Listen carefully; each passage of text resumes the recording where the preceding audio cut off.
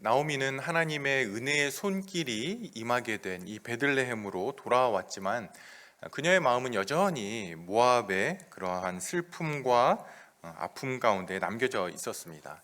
나를 나오미라고 하지 말고 마라라 하라, 괴로움이라고 불러라 라고 할 정도로 여호와의 손이 나를 치셨다라고 하는 그러한 마음이, 슬픔이 자기의 연민과 함께 거기서 빠져나오지를 못하고 있었습니다. 그러나 사실 나오미의 실제 상황은 그렇게 어둡지만은 않았습니다. 1절 마지막이 어떻게 끝납니까? 나오미가 모압 지방에서 그의 며느리 모압 여인 룻과 함께 돌아왔는데 그들이 보리추수 시작할 때에 베들레헴에 이르렀다라고 끝나게 되죠. 나오미는 지금 하나님의 은혜의 통로인 룻이 옆에 있었고요. 또 성경 기자는 그들이 보리추수 시작할 때에 돌아왔다라고 이렇게 알려주고 있습니다. 기근 때문에 베들레헴을 떠나게 됐죠. 먹고 사는 것이 힘들어서 모압 지방에서도 여전히 어려운 가운데 있었고요. 그리고 하나님의 은혜로 베들레헴에 양식이 있다라는 이야기를 듣고, 소문을 듣고 베들레헴으로 돌아오게 되었습니다. 근데 돌아와서 보니까 보리추수 시작할 때가 되었던 거죠. 하나님의 심판으로 이스라엘과 또 떡집이라고 불리는 베들레헴까지 기근이 임하게 되었는데 이제는 어떻습니까? 하나님의 심판이 거두어졌고 그 땅에 하나님의 은혜가 주어져 있습니다. 양식으로 나타나게 됐죠. 그러한 베들레헴에 도착한 나오미의 삶에도 이제 하나님의 심판이 거두어지고 은혜가 임할 때임을 보여주고 있습니다. 소망과 희망이 분명히 성경 기자는 그렇게 우리에게 보여주고 있는데요. 지난주에 봤던 것처럼 나오미 자신만은 여전히 자기 연민에 빠져서 하나님의 손길을 보지 못하고 있습니다. 여러분, 우리가 자기 연민에 빠지게 될 때에, 그래서 하나님의 선하신 손길을 우리가 보지 못할 때에 나타나는 증상 가운데 하나는 최악의 시나리오를 구성해서 그것이 사실인 양 우리가 받아들이게 됩니다. 최악의 상황을 설정하고 마치 그것이 나에게 일어날 것 같은, 그것이 나의 상황인 듯 그렇게 느끼면서 살아가게 된다는 거죠. 이런 겁니다. 어느 날 배가 살살 아파요. 배가 살살 아픈데 화장실을 가거나 또는 뭔가 잘못 먹어서 약을 먹어야 되는데 그러기보다는 이번에 느낌이 좀 안 좋아요. 느낌이 안 좋은데 병원 가면 왠지 뭔가 문제가 있다라고 얘기할 것 같습니다. 암인가? 위암? 대장? 소장? 어디 이쪽이 안 좋은가? 그래서 생각을 해보니까 암이면 항암 치료를 받아야 되고 그러면 머리가 빠질 텐데 지금 모자를 사러 가야 되겠다. 배가 아픈데 모자를 사러 가는 거죠. 최악의 상황을, 시나리오를 미리 쓰는 겁니다. 왜요? 하나님의 선하신 손길을 믿지 못하기 때문에 그런 거죠. 그런데 왜 하나님의 선하신 손길을 믿지 못하면 가장 나쁜 상황을 설정해서 그것들을 우리가 내 것인 양 받아들이게 됩니까? 하나님께서 나를 대하시는 방식이 내가 원하는 대로 되지 않을 때 우리는 하나님이 나를 사랑하시지 않는다라고 그렇게 느끼게 됩니다. 그런데 그거를 막고 싶은 거죠. 그러한 느낌을 받고 싶지 않으니까 최악의 상황을 미리 설정해 놓고 그리고 그것에 상처를 받지 않도록 방어벽을 치는 것입니다. 하나님께 상처받고 싶지 않은 거죠. 그래서 가장 나쁜 상황을 설정해서 설마 이것보다는 더 나빠지진 않겠지, 그냥 이 정도, 이렇게 생각을 하면서 하나님의 선하신 손길을 믿지 않는 겁니다. 성도 여러분, 하나님께서 우리에게 주시는 은혜는 우리가 설정해 놓은 모든 상황들을 다 벗어날 수 있는 그런 은혜가 아니라 우리에게 주어지는 은혜는요, 그때 일어나는 상황을 믿음으로 견딜 수 있게 하는 은혜입니다. 그것이 은혜의 힘인 거죠. 하루하루를 믿음으로 견뎌내는 것, 그게 은혜가 하는, 우리 안에서 하는 일이라는 겁니다. 그러나 이 나오미는 최악의 상황들을 설정하고 자기 연민에 빠져서 하나님의 손길을 보지 못하면서 너무너무나 실망과 좌절에 빠져 있습니다. 룻기 2장으로 들어가면서 이제 분위기가 전환이 됩니다. 약속의 땅에 찾아온 자들에게, 하나님의 백성 안으로 들어온 그 자들에게 하나님이 어떻게 일하시는지를 이제 2장부터 우리에게 보여주고 있는데요. 오늘 본문을 우리가 좀 세 가지를 중심으로 보려고 합니다. 첫 번째는 보아스라고 하는 사람을 좀 살펴보려고 하고요. 그리고 룻이 이삭 줍기를 하는 그 모습을 좀 보려고 하고요. 그리고 마지막으로는 하나님의 섭리에 대해서 좀 보려고 합니다. 먼저 보아스를 좀 보죠. 1절을 보시면 새로운 사람이 소개되고 있습니다. 나오미의 남편 엘리멜렉의 친족으로 유력한 자가 있으니 그의 이름은 보아스더라. 1장에서 이 이야기를 주도했던 나오미와 룻 외에 제3의 인물이 등장을 하고 있습니다. 보아스죠. 그런데 이 보아스를 성경은 어떻게 소개하고 있습니까? 1절에 보아스를 유력한 자라고 이렇게 소개를 하고 있습니다. 유력하다라고 하는 것, 그것은 경제적으로 유능하고 그리고 사회적인 지위도 있다라는 겁니다. 경제적인 능력과 사회적인 지위를 갖추고 있는 거죠.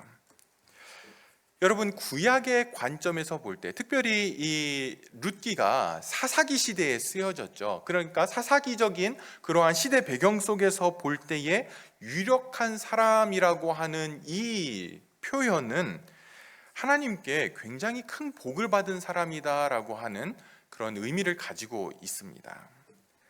여러분, 구약과 신약은 연결되어 있죠. 한 책입니다. 하나님의 책인데요. 구약과 신약에는 차이점이 있습니다. 근데 그 차이점 중에 하나가 뭐냐면 구약과 신약에서 성령 하나님께서 역사하시는 방법이 다릅니다. 구약에서 성령은 필요할 때에 필요한 사람에게 임해서 그 사람을 통해서 일을 감당하게 하고, 그리고 그 일이 끝나게 되면 그 성령님은 떠나시게 됩니다.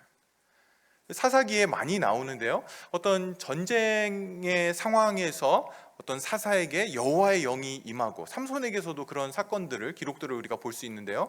여호와의 영이 임하고 어떤 힘이 주어지고 전쟁을 감당할 수 있는, 또 성전을 건축할 때에 그 성전을 건축하는 건축자들의 담당자들에게 여호와의 영이 임해서 어떤 지혜롭게 그 성전을 건축할 수 있는 그러한 기록들이 성경에 있는데요. 그 모든 것들은 뭐냐면 구약에서의 성령은 필요한 일을 필요한 사람이 감당할 때에 여호와의 영이 임해서 능력적으로 그것을 감당할 수 있게 합니다. 그리고 그 일이 끝나게 되면 그 여호와의 영은 떠나게 됩니다. 남아있지 않죠. 하지만 신약으로 넘어오면, 특별히 사도행전 2장에 성령 강림의 사건이 일어나게 되죠. 그러면서 구약과 달라지는 것이 뭐냐면 성령 하나님께서 특별한 사람들에게 어떤 능력적인 면으로 임하지 않고요, 이제는 모든 사람들에게 임하게 된다라는 겁니다. 특별한 사역을 위해서 임했다가 또 사역이 끝나면 떠나시는 것이 아니라 오순절 성령 강림 이후로는, 그러니까 저와 여러분 모든 성도들은 그 안에 성령의 내주하심을 가지고 있게 되는 거죠. 내주하신다라고 하는 것, dwelling이라고 하는 것은 성령께서 거주지를 우리 안으로 옮기셨다라고 하는 그런 의미입니다.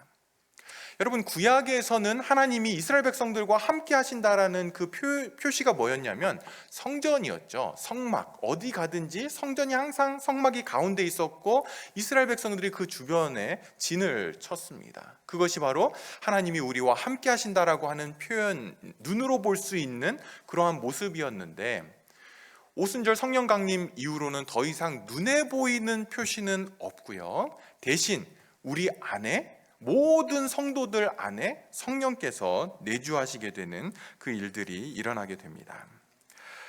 여러분, 이것이 그러면 보아스와 무슨 상관이 있는가라고 생각하실 수 있는데요, 구약에서 복이라고 하는 것, 이것은요 성령이 내주하시기 전이기 때문에 영적인 것을 볼 수 있는 눈이 열리지 않은 때였습니다.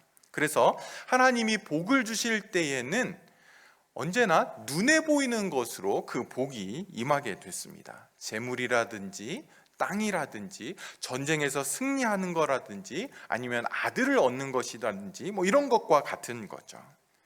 하지만 신약의 오순절 성령 강림 이후로는 더 이상 눈에 보이는 것으로 복이 임하지 않습니다. 재물이나 땅이나 어떤 성공이라든지 이런 것이 복이 아니고요. 대신 성령이 우리 안에 거하게 되시면서 어떤 일들이 일어나게 됩니까?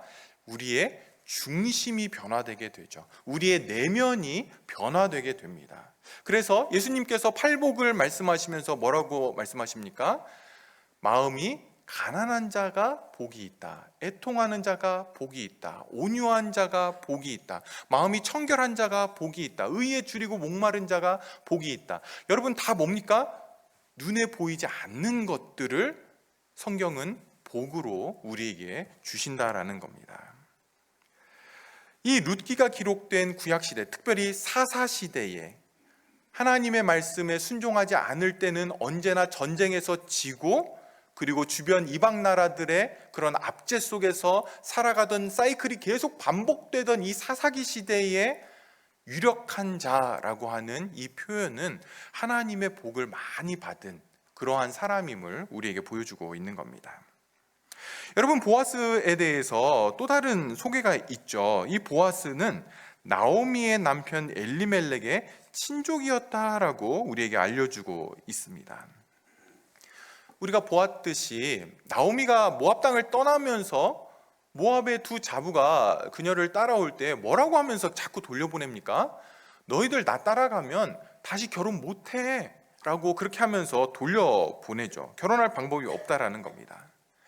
우리가 룻기를 시작하면서도 잠깐 언급을 했는데요, 이 유대의 율법에는 계대 결혼이라고 하는 그러한 제도가 있었습니다. 이게 뭐냐면, 형이 만약에 자녀가 없이 죽게 되면 동생이 형수를 통해서 자녀를 낳고 그 자녀는 형의 아들로서 형의 가문을 계속 이어가도록 하는 그러한 제도였습니다. 사실은 좀 오늘날엔 말도 안 되는 그러한 제도이기는 하지만요, 여러분, 이 계대 결혼을 율법으로 주신 이유가 있습니다. 그 안에 있는 핵심은 뭐냐면, 연약한 자의 그 약함을 다른 사람들이 대신 감당해 주는 것이 바로 이 계대 결혼 제도였습니다. 나오미는 더 이상 아들을 낳을 가망성이 없었고, 그래서 자부들에게 모압으로 돌아가라, 너희들 내 주변에 내가 결혼할 가능성이 없으니까 돌아가라 라고 이야기했지만, 2장이 시작하면서 이 보아스를 통해서 남편의 친족이 있음을 우리에게 보여주고 있는 거죠. 기업을 물을 사람이 있다라는 겁니다. 여러분, 기업을 무르는 것, 다시 회복시켜주는 것에도 순위가 있었는데요, 가까운 친족부터 그 일들을 감당을 해야 했습니다. 근데 이 보아스 역시 엘리멜렉의 친족이었기 때문에 그 순위 안에 들어 있었습니다. 여러분, 이 보아스의 신앙은 어땠습니까? 이 사람의 성품은 어땠습니까? 4절을 한번 보십시오. 우리 4절 보시면 같이 한번 읽어볼까요? 마침 보아스가 베들레헴에서부터 와서 베는 자들에게 이르되 여호와께서 너희와 함께 하시기를.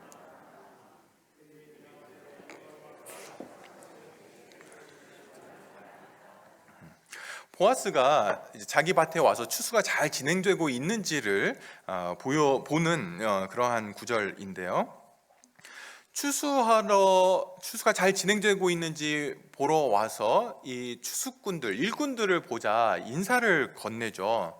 뭐라고 합니까? 여호와께서 너희와 함께 하시기를 원합니다 라고 이렇게 인사를 하고요, 또 일꾼들이 대답합니다.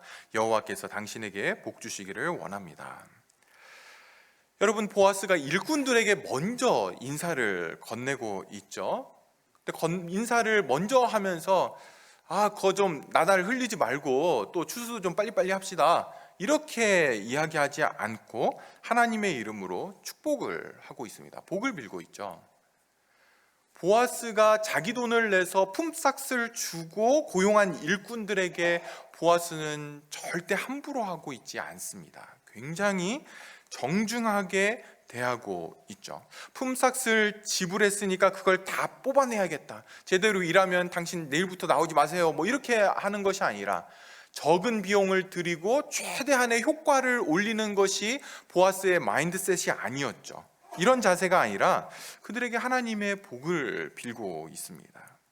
이 보아스는 하나님을 제대로 알았기에 하나님의 형상을 지닌 사람들을 함부로 대할 수 없는 그러한 사람이었습니다. 성품과 신앙이 하나님을 아는 자다운 그런 모습을 보여주고 있죠. 여러분, 이 보아스는 나중에 어떤 역할을 하게 됩니까? 하나님께서 나오미와 룻을 회복시키는데 보아스를 통해서 이 일들을 하게 되죠. 이 보아스를 통해서 나오미와 룻의 인생이 완전히 달라지게 되는 하나님의 복의 통로로 이 보아스가 사용이 되게 됩니다. 그래서 이 보아스를 성경 기자가 우리에게 소개하면서 무엇을 지금 보여주고 있냐면 나오미와 룻을 회복시킬 수 있는 능력도 되고 자격도 되고 신앙과 성품도 갖춘, 온전하게 갖춘 그러한 사람이 보아스다라고 하는 것을 성경 기자가 우리에게 지금 보여주고 있는 겁니다. 여러분, 2장부터 이제 나오미와 룻의 인생이, 삶이 회복이 되기를 시작을 합니다. 그런데 여러분, 한 사람의 삶이 회복된다라고 할 때 10년 넘게 모압 땅에서 어려움과 아픔과 상실의 그런 시간들을 보내다가 하나님의 은혜가 임했다라고 하는 그 베들레헴에 찾아온 이 나오미, 그리고 그 어머니를 붙쫓아서 하나님을 나의 하나님으로, 하나님의 백성을 나의 백성으로 삼기 원하는 그러한 결단을 하고 결심을 하고 자기 고향을 떠나온 이 룻, 이 두 사람의 인생을 회복시키는데 하나님이 어떻게 회복시키고 있습니까? 보아스라고 하는 사람을 붙여주는 방식으로 이 나오미와 룻을 회복시키고 있다라는 거죠. 어쩌면 우리의 생각과는 좀 다를 수 있습니다.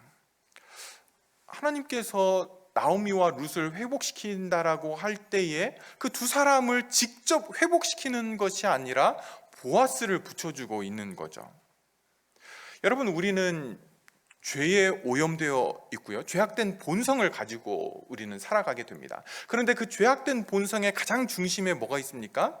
자기 중심성이 있죠. 모든 걸 다 나 중심으로 살아가게 됩니다. 나에게 이익이 되는 것, 나에게 좋은 것, 언제나 그런 것을 택하고 그렇게 살려고 하고, 그렇지 않으면 잘 하지 않으려고 하는 것이 우리의 죄악된 본성이죠. 심지어 예수 믿는 것까지도 나에게 좋기 때문에 예수를 믿는 그러한 모습들이 우리 안에는 있습니다. 여러분, 이 자기 중심성은 쉽게 깨트려지지를 않습니다. 그런데 하나님은 우리에게 복을 주시고 우리를 회복시키시면서 죄와 또 어려움 가운데서 다시 새롭게 하시면서 복을 주심과 동시에 우리의 자기 중심성을 하나님은 다루십니다.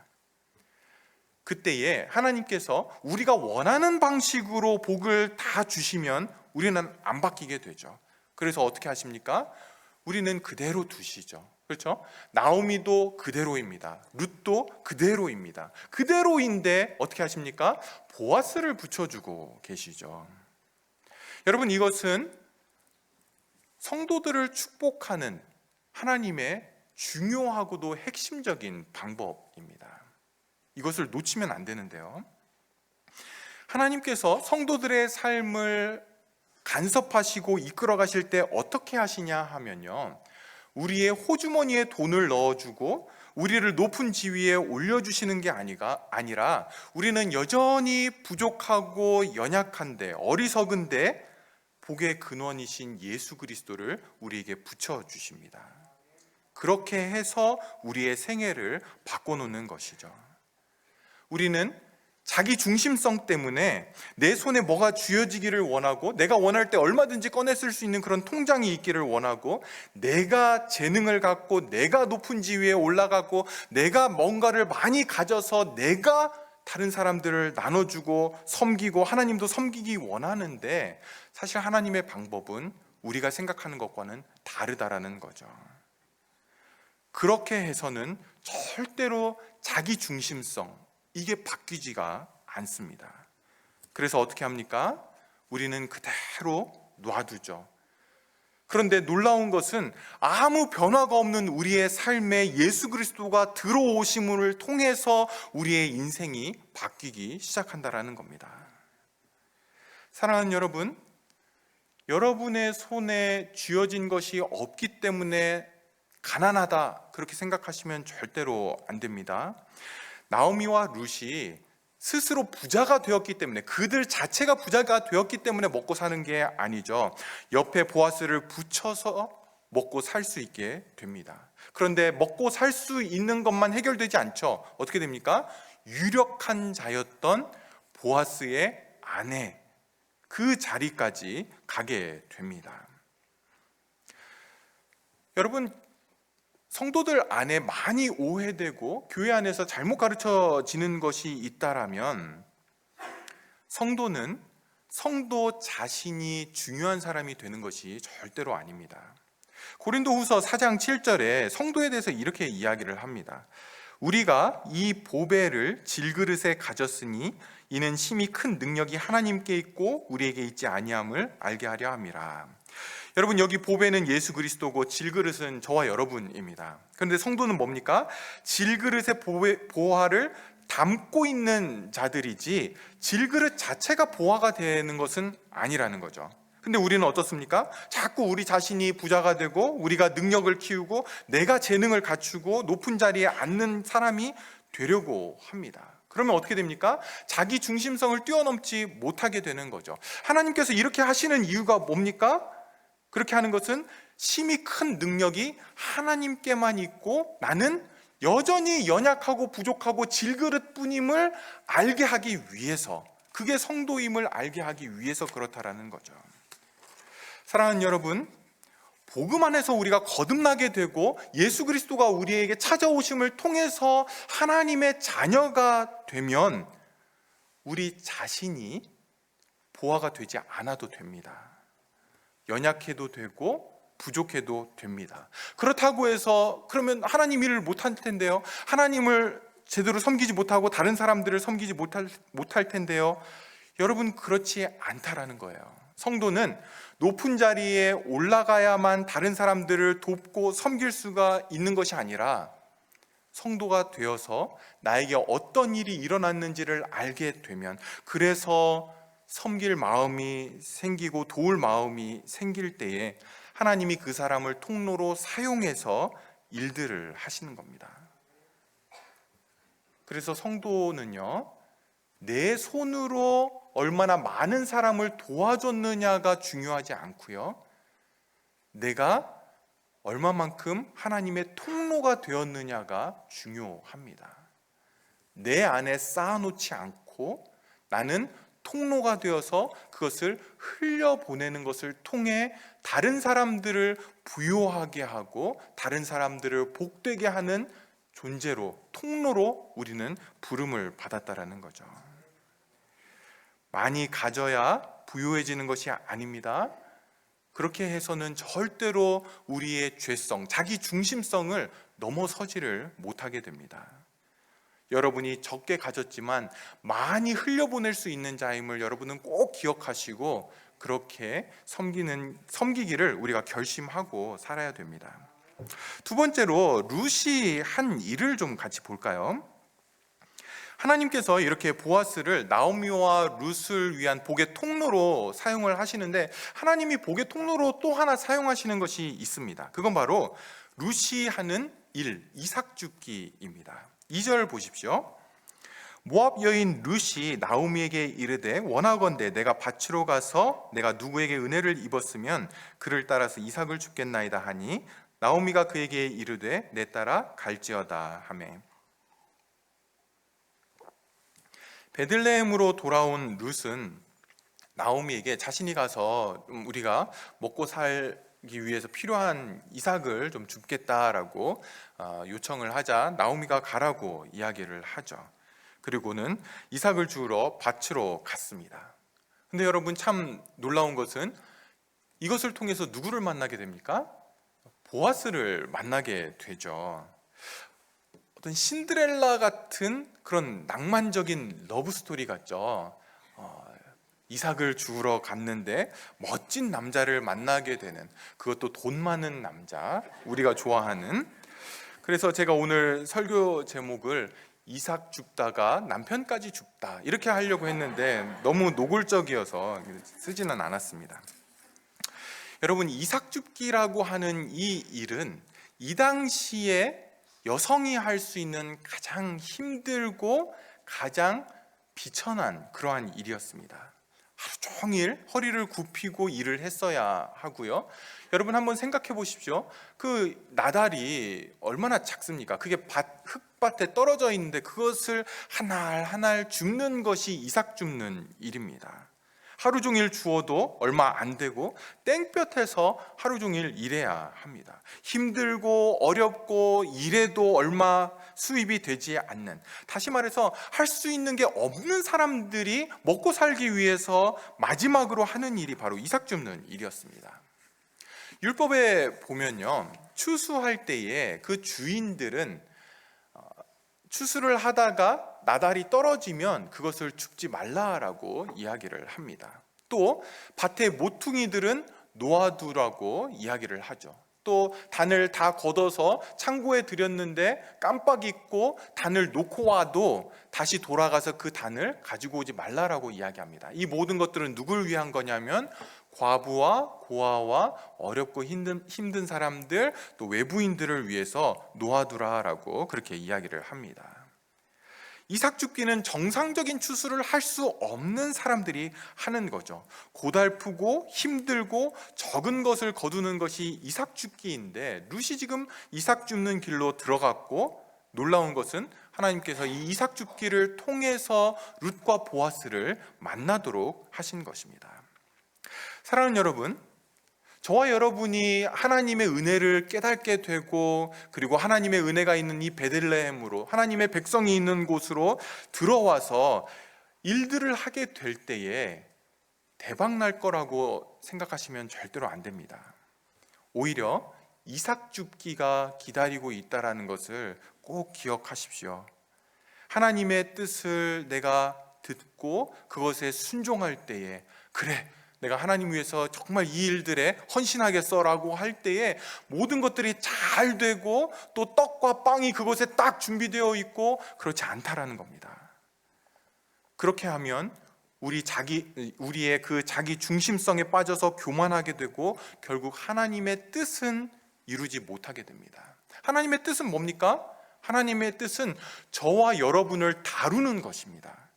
위대한 일을 하는 것이 아니라는 거죠. 위대한 일은요, 하나님 혼자 하셔도 얼마든지 하실 수 있고, 오히려 우리는 그러한 하나님의 일의 방해꾼이죠. 걸리적거리는 존재밖에 안 됩니다. 그럼에도 불구하고 하나님께서 저와 여러분을 계속해서 하나님의 일들로 초청하시고 부르시고 그 일들을 감당하게 하시죠. 왜 그렇습니까? 우리를 다루기 위해서입니다. 저와 여러분을 통해서 뭔가 위대한 일을 하시겠다라는 것이 아니라, 그건 하나님이 알아서 하실 것이고, 그 일들을 하면서 저와 여러분의 자기 중심성을 다루시는 일들을 하나님이 하시는 거죠. 그걸 위해 하나님이 저와 여러분을 동역자로 부르신 겁니다. 여러분, 왜 하나님은 이삭 줍기를 통해서 우리를 다루십니까? 떡과 빵과 부요함과 이런 걸로 좀 우리에게 주셔서 우리를 좀 바꿔가시면 얼마든지 내가 그걸 좀 하나님 위해 쓸 수 있을 텐데, 하나님 저에게 물질만 줘보십시오, 제가 하나님 위해 쓰겠습니다라고 그렇게 할 것 같은데, 왜 신앙의 여정에 이삭 줍기를 통해서 하나님이 우리를 다루어 가십니까? 여러분, 우리가 하나님의 뜻에 순종하면서 따라갈 때에 우리가 기대하는 어떤 그런 영광의 자리에 가기 전에, 영광을 우리가 원하는 것보다 하나님 그분 자신을 우리가 더 신뢰하고 온전히 의지하고 있다라고 하는 신앙 고백의 자리가 이삭 줍기입니다. 다시 말해서 하나님의 인도와 부르심을 우리가 확신하고 베들레헴으로 갔지만 아무것도 준비되어 있는 것이 없습니다. 친척들은 있었지만 자기들 살기에 바빴죠. 어느 누구 하나 먹을 걸 갖다 주거나 아니면 일자리를 제공하거나 그런 게 아무것도 없었습니다. 근데 그 자리에서 하나님을 원망하고 하나님께 서운해하고 섭섭해하고 아니면 또 반대로 될 대로 되라. 나 순종했는데 하나님 이렇게 나를 대하셔? 나는 이제 더 이상 못해. 여러분, 이렇게 반응하는 것이 아니라 그렇게 순종하며 갔는데 이삭 줍기 외에는 할 수 있는 것이 아무것도 남아있지 않을 때에 그 자리는 우리의 믿음을 테스트하는 자리입니다. 여러분들이 하나님과 바른 관계에 있다라는 것, 여러분이 믿는다라고 하는 그 하나님을 진짜로 믿고 있는지를 볼 수 있는 자리, 확인할 수 있는 자리가 이삭 줍기 자리인 거죠. 하나님 앞에서 그 자리에서 하나님의 인도하심을 믿고 하나님이 신실하게 여러분들을 다루어 가시는 것들을 붙들고 그 하나님을 따라가는 것, 그것을 보여주고 그리고 믿음으로 고백할 수 있는 순간이 이삭 줍는 자리입니다. 룻이 이삭을 주우러 나갔습니다. 어느 밭으로 가야 될지 전혀 알지 못한 채 그냥 밭들을 돌아다니면서 이삭 주울 수 있도록 허락을 하면 주우려고 생각하고 나갔습니다. 근데 그런 룻에게 어떤 일이 일어나게 됩니까? 3절 보십시오. 우리 3절 같이 읽겠습니다. 룻이 가서 베는 자를 따라 밭에서 이삭을 줍는데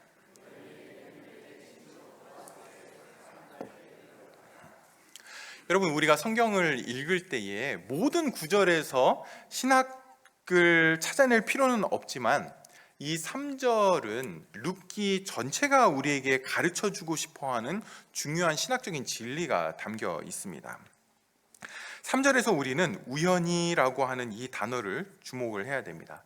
룻이 우연히 보아스에게 속한 밭에 이르렀다라는 건데요, 룻기 전체를 본다라면 이 우연히가 진짜 우연은 아니라는 걸 우리는 알 수 있습니다. 왜냐하면 이 일로 인해서 룻은 보아스를 만나게 되고요, 둘은 결혼을 하게 되고 아들을 낳게 되고 그로 인해서 룻은 다윗의 증조 할머니가 되고 예수 그리스도의 가문에 속하게 되는 놀라운 일들이 일어나게 되죠.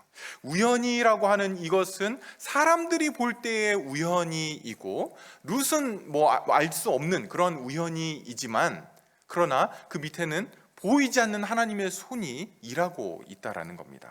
우리는 그것을 섭리라고 부르죠. Providence. 하나님의 섭리가 이 가운데 있는 겁니다.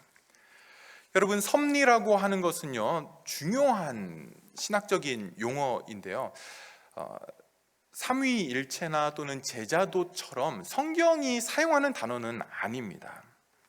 여러분, 성경을 사랑하는 사람들은요, 성경이 말하고 있는 것을 아는 것뿐만 아니라 성경이 진짜로 가르쳐 주고 싶어 하는 것을 알고 싶어 하죠. 그러니까 성경이 기록된 어떤 문자 또는 어떤 정보, 그것만 알고 싶은 것이 아니라 성경이 뭘 말하고 있는지 그 실제를 알고 싶어 합니다. 근데 이 섭리라는 단어는 성경이 사용하지는 않지만 성경이 가르치는 그 실제가 무엇인지를 우리에게 보여줍니다. 웨스트민스터 신앙고백서에는 섭리를 이렇게 설명을 하고 있습니다. 한번 잘 들어보십시오.